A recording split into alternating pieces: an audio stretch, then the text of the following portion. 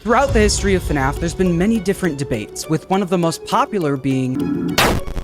Was that the bite of 87? The bite of 87 versus 83 debate. This debate got super ugly, and people argued for months about this, until Scott decided to step in and clarify things in the next game, officially deeming this the bite of 83. It's been nearly a decade since that debate occurred, and I regret to inform you that history is repeating itself. A portion of the community has been on fire for the past year and a half, and just like in 2015, we're about to get a game that might just clear it all up. That game is The Secret of the Mimic. Let me explain. Back in December of 2021, after years of waiting, we finally got Five Nights at Freddy's Security Breach. This was the biggest FNAF game we've ever gotten, and with it came a bunch of new lore. That lore, though, was quickly proven to be borderline impossible to solve. Back in 2022, I came to the conclusion that it felt like Security Breach was trying to tell two versions of a story. And nearly 3 years after the game's release, Scott revealed that this actually was the case.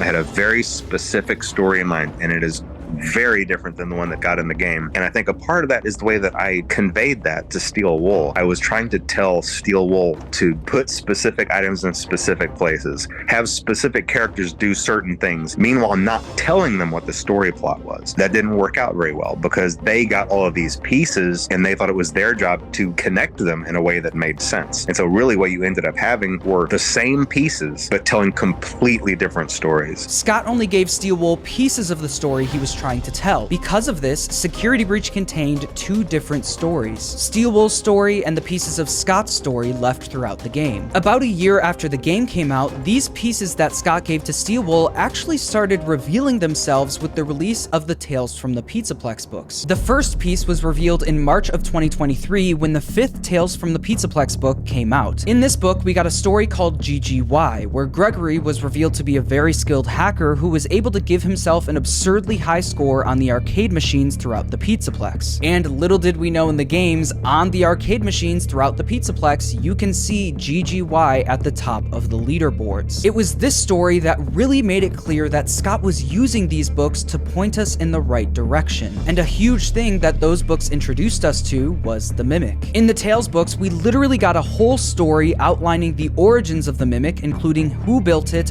where it was built, and why it was built. The books gave us all of this stuff before Ruin even came out and revealed the Mimic as the big twist villain. The Mimic first being introduced in the books and then being put into the games really made the debate heat up. That debate being, does 100% of what happens in the Tales books also happen in the games? Does the Mimic have the exact same backstory in the games as it does in the books? Let's talk about it. The biggest question for me that will hopefully be answered in Secret of the Mimic is who actually built the Mimic in the games? Well, I believe there are 4 possible ways it could go. It could either be Edwin, the man who built the Mimic in the books, Henry, William Afton, or finally some new character that Scott and Steel Wool came up with. Unless something extremely unexpected happens, I think these are the only 4 possible options. Why? Well, let's start with Henry. If you've watched any of my theories from the past year and a half, you know that I've believed that Henry is the one who built the Mimic in the games. A big reason for this was because the Mimic story in the books is very similar to Henry's story in the Silver Eyes trilogy. A dad who builds a robot that mimics his kid. After his kid dies, the dad beats up the robot in a fit of grief and rage. After beating up the robot then becomes the main antagonist of the whole series. After doing more research though, I found that the connections don't stop there. Let's look at the context of how we find the Mimic in Ruin. After shutting down all of the Bonnie-shaped security nodes, Cassie enters the area where the Mimic is being hidden. This area consists of a cave with glowing mushrooms, a waterfall, and a room with carnival-themed mascot costumes. After shutting down MXES and freeing the Mimic, Gregory reveals that the Mimic has been trapped down there for, quote, a really long time. I don't know what it is, but it's been trapped down here a really long time. This means that a very long time ago, someone captured the Mimic and wanted to keep it hidden underground, going as far as to build MXES to help keep it from escaping. Now, let me point you towards what happens in the Silver Eyes trilogy. In the last book, it's revealed that Henry was able to capture the robot he built and keep it hidden underground. This area where he kept the robot hidden consisted of a cave with glowing mushrooms, a waterfall, and a room with carnival-themed mascot costumes. costumes. This is literally exactly what we see in Ruin. I think these connections are valid to make, but even with all of these connections, you could make a very valid rebuttal. Just because the Tales books in Ruin are telling a similar story to Henry in the Silver Eyes doesn't mean Henry has to assume the same role in both. A different character could have easily built the Mimic in the games and just had a very similar storyline to Henry's. I think that's an extremely valid rebuttal. But here's why I think Henry building the Mimic would make logical and narrative sense. When Steelwool and Scott were making Ruin, they were faced with a choice. They knew the Mimic was going to be the big reveal at the end, but the choice lies in where they wanted the Mimic to be found. They could have put the Mimic anywhere, but they ultimately decided to put the Mimic under the FNAF 6 pizzeria. And when we visit this pizzeria in Security Breach, we get to see the actual labyrinth that Henry used to burn all of the animatronics in FNAF 6. Where we find the Mimic, though, is directly under this labyrinth. Not only that, the door we go through to get to the Mimic is literally inside Henry's labyrinth. Judging by the extremely old and worn away staircase, it doesn't look like this door was a new addition either. This staircase is old, and it turns out that MXES is old too. A lot of people have speculated that Gregory and Vanessa must have built the MXES machine after the events of Security Breach, but recently we got new information that might have disproved that theory. In my interview with J-Top from Steelwool Studios, he revealed that the MXES machine was specifically designed to look old, and that it's not a new machine. That is deliberately supposed to be an older machine. So the Whopper being like a good example of like, hey, here's a supercomputer. But it's old. Before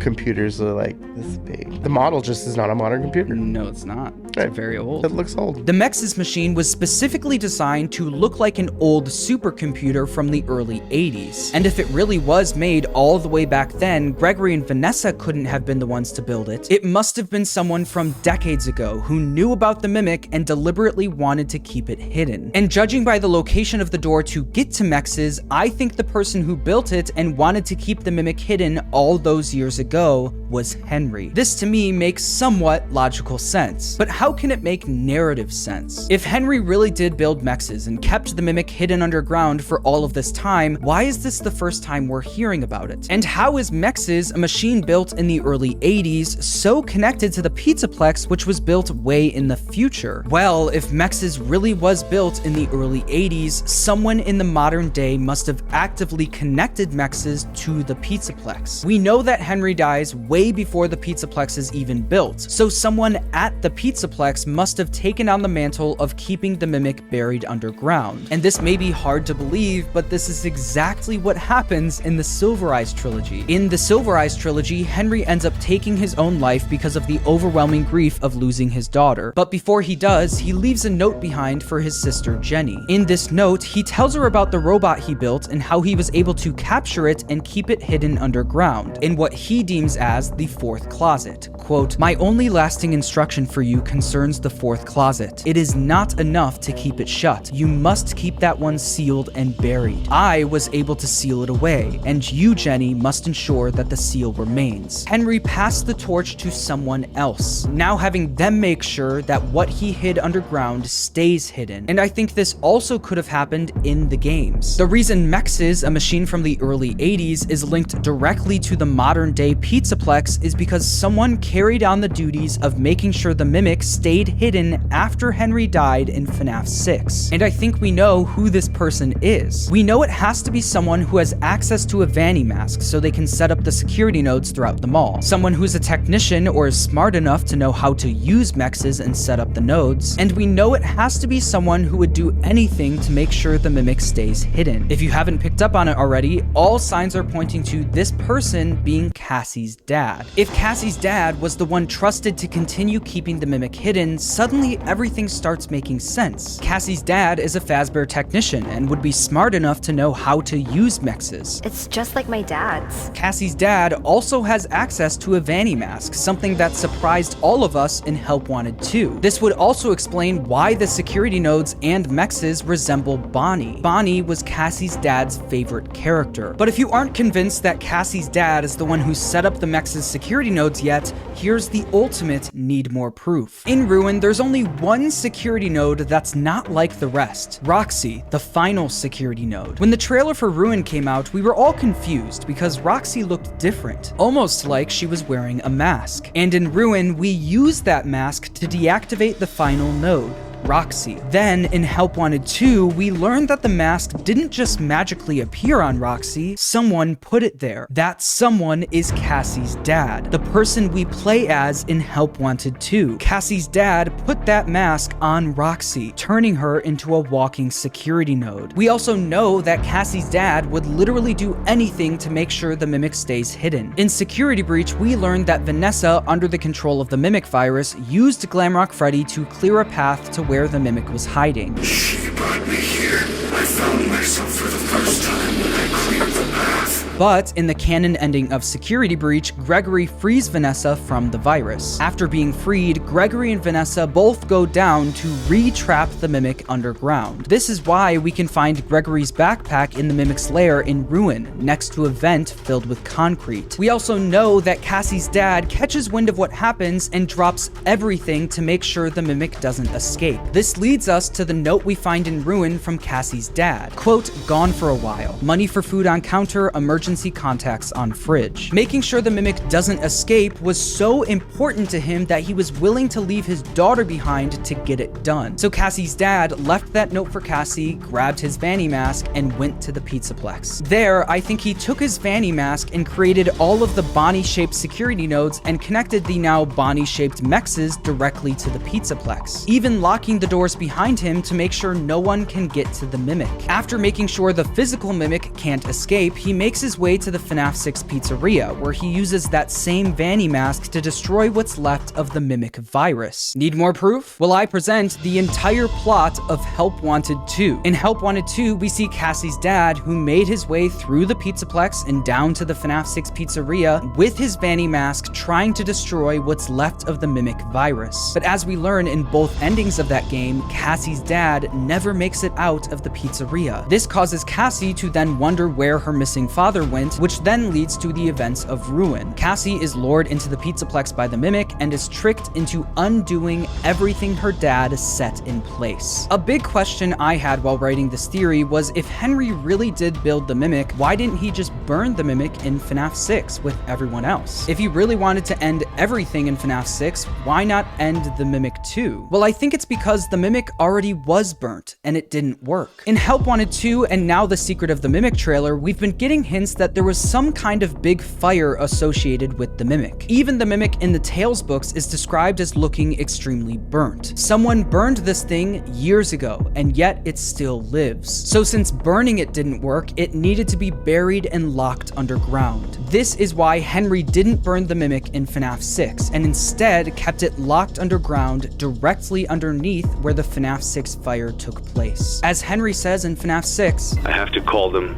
all back, all of them, together in one place." It turns out everything was together in one place, except some things were buried deeper than others. When we got the title of the new game, Secret of the Mimic, I saw a lot of people have a problem with it, mostly because every title recently has had some sort of double meaning, and this one doesn't seem to have a double meaning, but I think it does. Not only does the Mimic probably inherently hold a few secrets, I think the Mimic is the secret. It's a robot that dates back to the earliest point in the timeline, and whatever happened in 1979 was so bad that it needed to be kept buried and hidden underground for decades. Not only does that make the title make more sense, but from a storytelling perspective, it's a way to explain why this thing from the earliest point in the FNAF timeline hasn't been seen or talked about until now. It's something that's too dangerous to be burned again. It needs to be buried, locked away, and never talked about again. Not only do I think this option for who built the Mimic would be very cool to see, I think it would be nice to finally learn more about such an important character that we barely hear any backstory about in the games. But there are other options. I think William Afton is also a very valid option for building the Mimic. The things going for it are that William Afton obviously has some fascination with the circus. He created Circus Baby's Pizza World, making a bunch of circus-themed funtime animatronics. His sister location bunker is filled with a bunch of weird creations, including the Ennard clown mask, which looks similar to Jackie from Secret of the Mimic.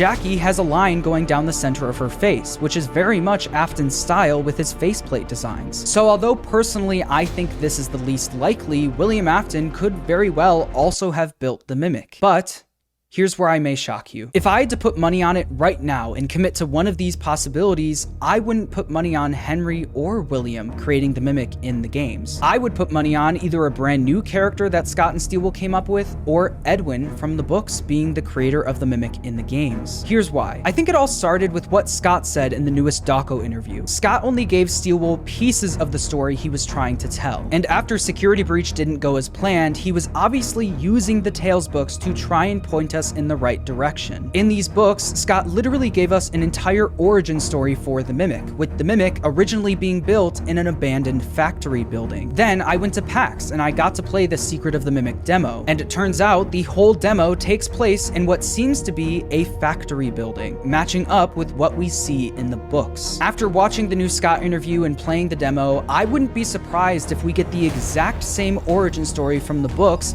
copy and pasted into the game. I also wouldn't be surprised if Edwin from the books shows up in Secret of the Mimic as the creator of the Mimic. Does this go against literally everything I've said for the past year and a half? Yes, and I think the point of this video is to show you that that's okay. I have gotten boatloads of hate for even suggesting that the story in the games might be different from the story in the books. There's a very passionate group of people who really want me to be wrong when Secret of the Mimic comes out. And yes, it would be very nice to be proven right in Secret of the Mimic. I would actually fall out of my chair if Henry is revealed to be the one who built the Mimic. But I want you to know that I don't make these theories with the expectation that I will be proven right. I make theories because it's fun, and I treat them as almost a time capsule of what I was thinking at that time. Do I still think Baby is the Mimic? No. Do I still think Funtime Freddy used an illusion disc to make himself look like Fredbear in Midnight Motorist?